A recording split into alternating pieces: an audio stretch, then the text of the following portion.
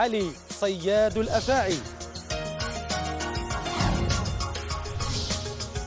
الغايطة يعتني به ويلعب معه بعد أن كان يعاني من ضربات العصا التي كثيرا ما تؤدي بحياته. في المخيال العربي تتردد عبارة حمزة صياد الأسود، وفي بسكرة علي صياد الأفاعي. حكيم عماري يترصد الكبرى السوداء في هذا الروبورتاج.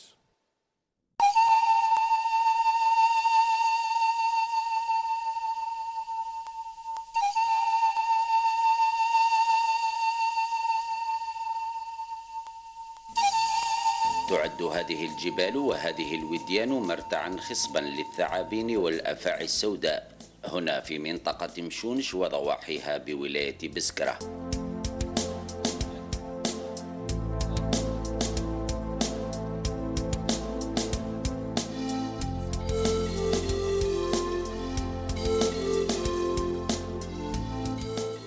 الحنوشه والفاع في مشونش موجوده بكثره في الجبال تاع مشونش، وفي الصيف يهبطوا حتى الودان.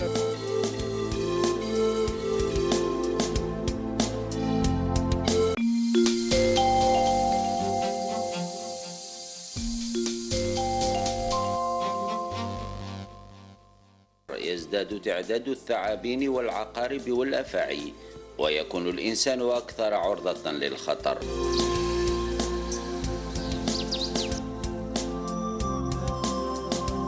ساعات العقرب موجوده كل صيف نسجلوا حالات كثيره، والحالات المتقدمه نبعثوهم للمستشفى بسكره. فيما يخص الاسعاد تاع الافاعي نتكفلوا بهم الاسعافات الاوليه نقدموهم، والحالات ندوها لبسكره لان البسكره عندهم امكانيات اكثر من ناحيه التكفيل.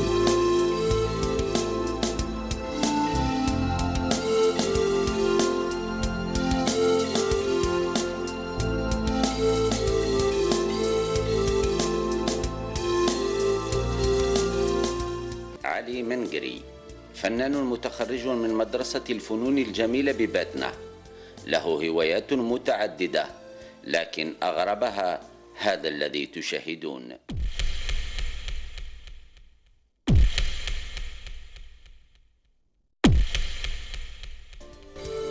إنه يلاعب الأفاعي والحيات، هي تجربة اكتسبها مع صيد الحيوانات منذ صغره دون خوف.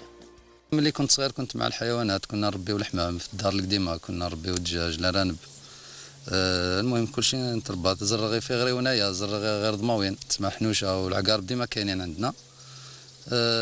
ساعه على ساعه تشوف الشايب ولا هذاك وقت الحنش وقت العقرب والاخر عجبينا، نشتي ندور عندهم، نشتي نقرب عندهم شوي حتى وليت نلعب بهم نهزهم نورمال. هذا ما كان.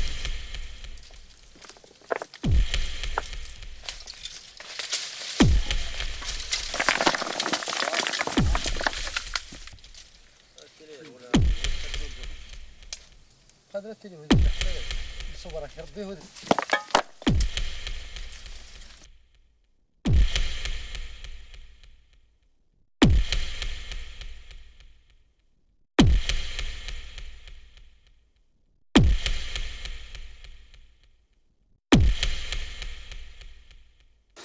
لعلي تجربة مع الأفاعي، صار يعرف سلوكاتها وصار يعرفها متى تكون في حالة هجوم ومتى تهدأ.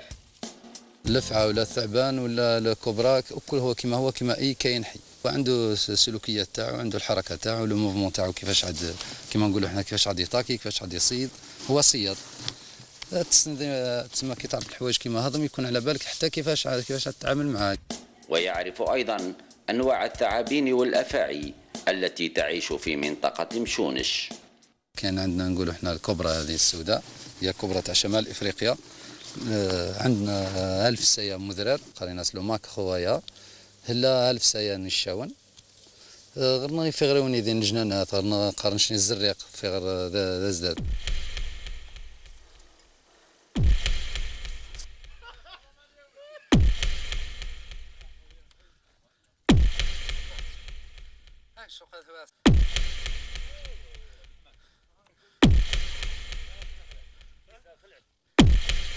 اللعب مع الأفاعي يعني اللعب مع الخطر، ولدغة هذه الأخيرة خطيرة جدا.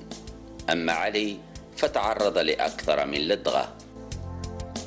لدغتني الكبرى في أواخر أفريل، كون فيها 1.80 متر، حكمناها لعبنا بها، هذاك كملنا. كي درتها في الساكه تاعها دخلتها لهنا تحت التريكو باش تكالمي ومامتون باش تشوف الظلمه، وذاك دارت عليا قرصتني، وهذاك كسمه منعنا منها. وهذا لو ماكرو، هذا ألف سمو ذرار كما يقولوا بالشويه، جبته من الحريقه لعبت به، وصلته حتى كما نقولوا احنا اللي عندي الكراج، والبعد عاود خرجته للجماعه باش يتفرجوا فيه.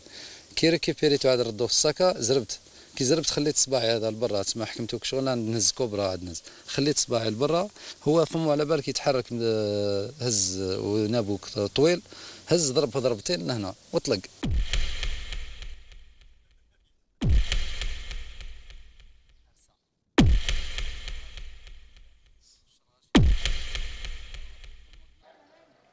علاقة علي مع الثعابين والأفاعي تحولت من كونه كان شخصا قاتلا وصار شخصا يدافع عن حياتها. تعاملت مع الحنوشه هذا شفتهم، لقيتهم كما هما كما اي كائنات حيه، تسمى في العوض انه الانسان يقتلوا ولا ذاك يحاول انه يعاود يردوا للبريه، ولا يحاول انه كما نقولوا احنا يفيتيه، خير ما يقتلوا ما نستفادوش منه، لاخاطش هو فيه فايده في السم تاعو، في الدم تاعو، في اللحم تاعو، في كل شيء. ماذا بينا انه المواطنين كامل انهم كي يلقاوه حتى يتصلوا بنا نعاودوا احنا ريكيبيريوه.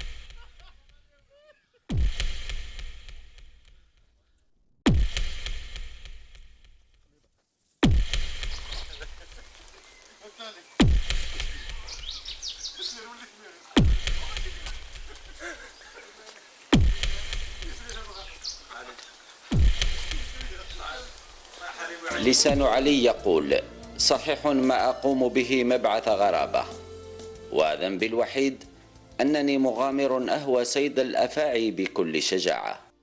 حكيم عماري لبرنامج مراسلون.